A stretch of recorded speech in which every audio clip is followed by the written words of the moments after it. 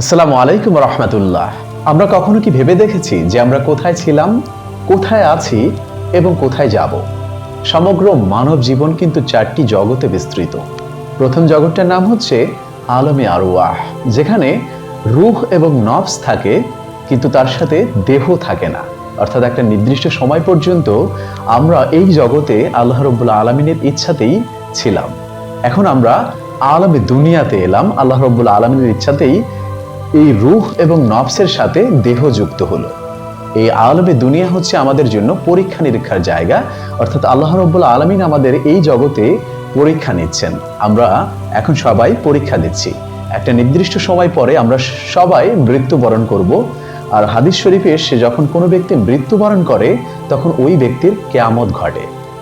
তো এরপরেই দ্বিতীয় কিয়ামত সংগঠিত হবে, অর্থাৎ মহাপ্রলয় হবে।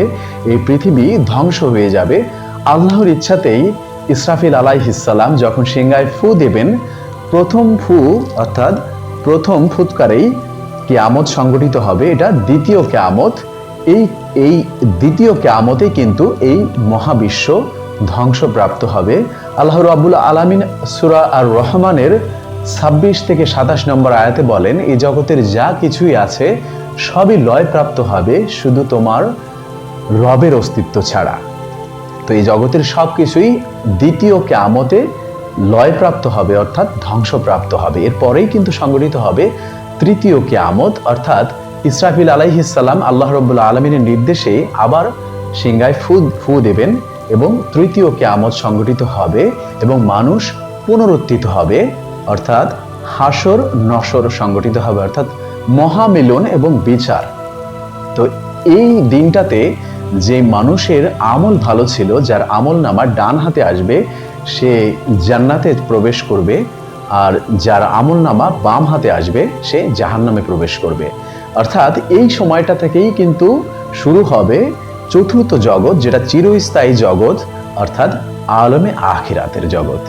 তো এই জগৎটার জন্য আমাদের সবার এই দুনিয়াতে ভালোভাবেই প্রস্তুতি নিতে হবে। আমরা এই জিনিসটা কি কখনো ভেবে দেখেছি যে আমরা সেই চিরস্থায়ী আখিরাতের জগৎ, এই জগৎটার জন্য আমরা কতটুকু প্রস্তুতি নিচ্ছি?